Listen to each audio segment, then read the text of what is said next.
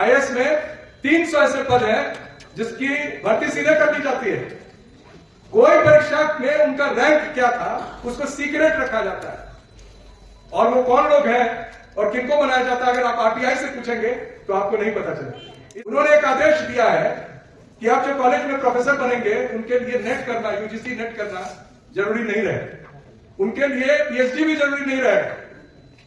मंदिर में कोई घंटी बजा रहा है और उसको सीधे सीधे वाइस चांसलर बनाना है तो उसके लिए कोई योग्यता, कोई मापदंड नहीं रहेगी। मात्र एक योग्यता होनी चाहिए कि वो सवर्ण हो, ब्राह्मण हो। यूपीएससी में इनकी बेटी फॉर्म भर रही और उसमें ओबीसी का आरक्षण है 27%। उसमें आपको नॉन क्रीमी लेयर सर्टिफिकेट लेना पड़ता है और उस सर्टिफिकेट को इतना मुश्किल बना दिया गया है कि कोई वकील भी चाहे तो उसको तुरंत नहीं भर सकता है। एक साधारण ओबीसी का छात्र जो क्लेम करता है, जो आईएएस बनना चाहता है, कलेक्टर बनना चाहता है, आप ही के घर के हो सकते हैं। जय साहू जी महाराज, जय महात्मा फुले,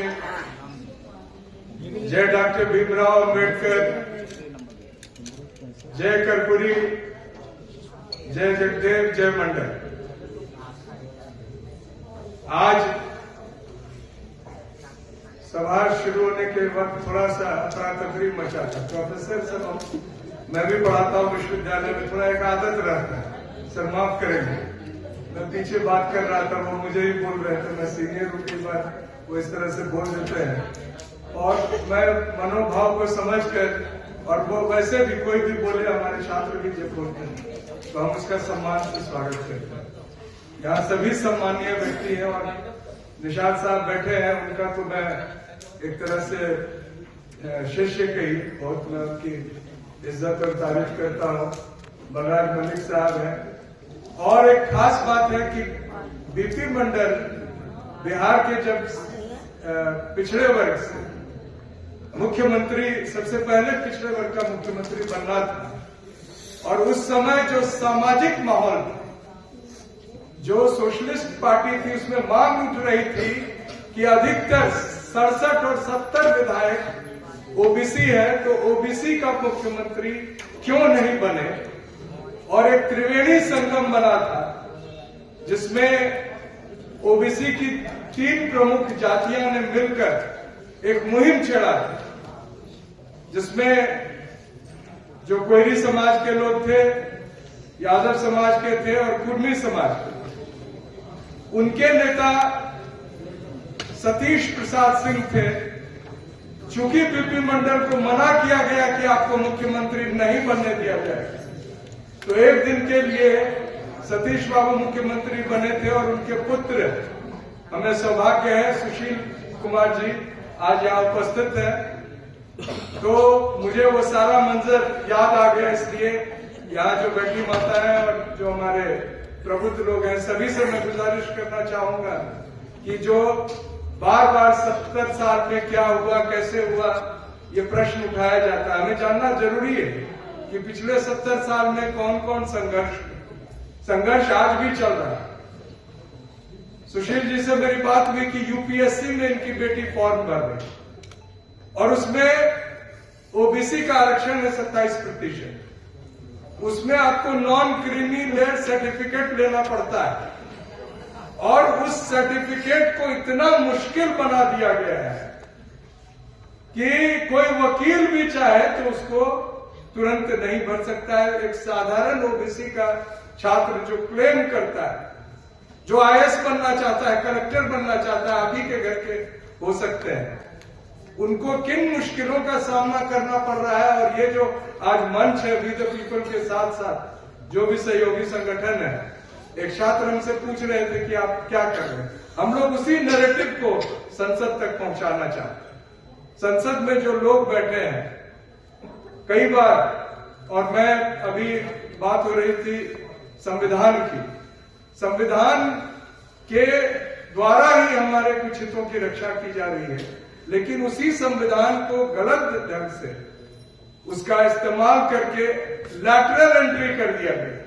आईएएस में 300 ऐसे पद हैं जिसकी भर्ती सीधे कर दी जाती है। कोई परीक्षा में उनका रैंक क्या था उसको सीक्रेट रखा जाता है और वो कौन लोग हैं और किनको बनाया जाता है, अगर आप आरटीआई से पूछेंगे तो आपको नहीं पता चलेगा। इसी तरह ये जो सरकार है भारतीय जनता पार्टी आरएसएस की, जो हिंदू राष्ट्र का जो प्रारूप तैयार कर रही है महाकुंभ में, वो इसी संविधान के तहत अपना काम जारी रखा है। उन्होंने एक आदेश दिया है कि आप जो कॉलेज में प्रोफेसर बनेंगे उनके लिए नेट करना, यूजीसी नेट करना जरूरी नहीं रहेगा, उनके लिए पीएचडी भी जरूरी नहीं रहेगा। मंदिर में कोई घंटी बजा रहा है और उसको सीधे सीधे वाइस चांसलर बनाना है तो उसके लिए कोई योग्यता, कोई मापदंड नहीं रहेगी। मात्र एक योग्यता होनी चाहिए कि वो सवर्ण हो, ब्राह्मण हो, और सिर्फ ब्राह्मण नहीं, आरएसएस का ये योग्यता तय कर दी गई। और संघर्ष इसी कॉन्स्टिट्यूशन क्लब से हमें इन्हीं सब जो हम लोग बातचीत आज कर रहे हैं, ये में हम लोगों का सौभाग्य है कि इतने बड़े राज्य में, दिल्ली प्रदेश में, आज जो भी आज यहाँ बैठे हैं और जो भी हमारे साथी यूट्यूब के चैनल के माध्यम से इस बात को देश के कोने कोने में पहुंचा रहे हैं, वो इस संघर्ष का हिस्सा है। आपसे कोई पूछेगा कल कि जब देश लुट रहा था, अडानी को बिक गया था, आपके बच्चों को फिर से वो जो अभी डॉक्टर रतनलाल बोले कि दूध दूहने के लिए, सब्जी उगाने के लिए, जूता सीने के लिए उसी दायरे में रखने का तैयारी चल रहा था, तो आप क्या कर रहे थे? हम कम से कम कॉन्स्टिट्यूशन क्लब में आकर इस बात की चर्चा तो कर रहे थे, वहां बैठे तो थे, इस बात को सुनाने का प्रयास तो कर रहे थे। जनतंत्र में हमारे पास जो अधिकार है उसका प्रयोग कर रहे हैं। दिल्ली में चुनाव और अभी 1-2 घंटे के बाद चुनाव प्रचार खत्म हो जाए। एक बहुत गंभीर बात आज हमारे साथी संजय सागर शायद बोले भी होंगे, मैं दोबारा उसको बोलना चाहूंगा। ये जो चुनाव है, इसमें से हमारी सबसे बड़ी ताकत बाबा साहब ने क्या दी? वोट का अधिकार। उस वोट के अधिकार को लगभग निरस्त कर दिया गया। उसको झांपने के लिए कहा जाता है महिलाओं को 2500 रुपए देंगे, 2200 देंगे। बीजेपी कहती है कि महाराष्ट्र में हम जीत गए क्योंकि महिलाओं के बच्चों को नौकरी मिले कि नहीं मिले, उन्हें 2000 का हमने प्रॉमिस किया, वो और 500 रुपया सिलेंडर का प्रॉमिस किया, इसलिए हमें जम के वोट मिल गए। नहीं मिला था क्योंकि उन्होंने प्रॉमिस को रखा ही नहीं। 500 रुपया सिलेंडर का था, कहीं उसको पूरा ही नहीं किया। और जो बहनों को और जो लोग वृद्धा पेंशन को खत्म कर चुके हैं, वो कौन सा ये आश्वासन दे रहे हैं लोगों को कि और महिलाओं को कि हम आपको ये पैसे देंगे। कई तरह से ईवीएम के माध्यम से आपके वोट खत्म, चुनावी प्रक्रिया में हस्तक्षेप करके।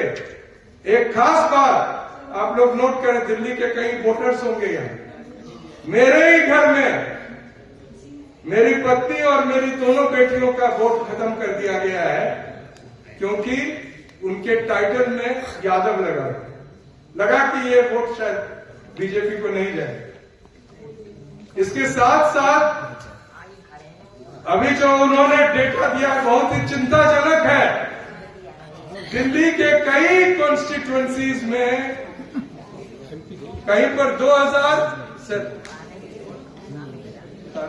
किसका निकल गया भाई, कंटिन्यू कहीं 2000, कहीं 3000 और कहीं 34,000 वोट केजरीवाल साहब के कंस्टिट्यूएंसी में लगभग 27,000 वोट खत्म कर दिया गया, निपटा दिया गया है। चुनाव परिणाम आज चुनाव होने से पहले मैं घोषित कर रहा हूं। दिल्ली में जो चुनाव होगा, भारतीय जनता पार्टी के 7 विधायक की जगह लगभग 21 विधायक आ जाएंगे। हालांकि सत्ता में नहीं आएंगे, बाद में वो कर देंगे आम आदमी पार्टी के लोग, और आम आदमी पार्टी के अधिक विधायक आएंगे लाख चोरी के बावजूद भी। लेकिन फिर आप कहां रहे जब चुनावी प्रक्रिया में आपके वोट का अधिकार समाप्त हो गया?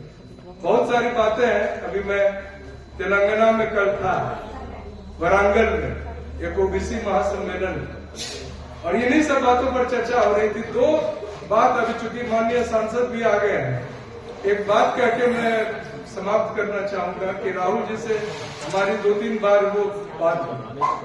वो संविधान लेकर खूब घूमते हैं, लेकिन उस संविधान के अंदर पन्नों का क्या हाल है वो शायद नहीं देख रहे। संसद के अंदर आपके अधिकार को खत्म कर दिया जा रहा है। माननीय सांसद और विशंबर जी भी बैठे, वो लोग समझ रहे होंगे। नीट में चोरी हुई, कुछ नहीं कर पाए। बीजेपी सरकार ने घोषणा की जनगणना होगी, जाति पर चुप है, कुछ नहीं कर पाया। तमाम अग्निवीर को आपने कहा था कि उसकी जगह रेगुलर सेना में भर्ती होंगे, रोजगार उपलब्ध कराए जाएंगे, कुछ नहीं। आपने कहा, और इधर ओबीसी के सारे सीट्स ईडब्ल्यूएस में कन्वर्ट हो गए हैं। सारे सीट्स पर NFS, नॉन फाउंड सुटेबल, आपके लोग बच्चे जाते हैं, वहां कहा जाता है कि ये PhD करके आया तो भी योग्य नहीं। आप कुछ नहीं कर पाए, तो क्या विचार है? कम से कम एक दिन तो सड़क पे देखिए। और ये अपील सिर्फ राहुल गांधी जी से नहीं, मैं उनको व्यक्तिगत तौर पे बोल चुका हूं। मैं बोल चुका हूं कि शायद भारत बंद बना करने की आपकी ताकत नहीं होगी, लेकिन आप एक दिन के लिए महात्मा गांधी की तरह अनशन तो कीजिए, भूख हड़ताल तो कीजिए कि हमारी बात को नहीं सुनी जा रही है और क्या देश की जनता मेरे साथ है, तो वो भी मेरे साथ कम से कम 5 घंटे तक भूख हड़ताल कर दे। मैं यही अपील अखिलेश जी से भी, भाई अखिलेश जी से करना चाहूंगा, तेजस्वी जी से करना चाहूंगा, MK स्टालिन साहब से करना चाहूंगा, शरद पवार जी से करना चाहूंगा, और इन तमाम लोगों से आग्रह करना चाहूंगा, अरविंद केजरीवाल जी से भी करना चाहूंगा। सामाजिक न्याय पर कई मुद्दों पर वो भटके हुए हैं, लेकिन मैं ये मान के चल रहा हूं कि कम से कम संविधान बचाने में वे हमारे साथ खड़े हैं। तो इन मुद्दों को मैं इसलिए इस बात को बहुत ही जज्बाती तौर से ले रहा हूं, क्योंकि हर एक संघर्ष में निजी तौर पर डॉक्टर रतन लाल ने नहीं बताया, 10-10 साल तक हम लोगों का प्रमोशन रुका हुआ, चूंकि हम लोग उस बात को कहते हैं जिस बात को सुनना नहीं। मैं आपसे पुनः इस विनती के साथ विदा हो रहा हूं कि हम लोग इस संघर्ष को सड़क पर भी लाएं। जय संविधान।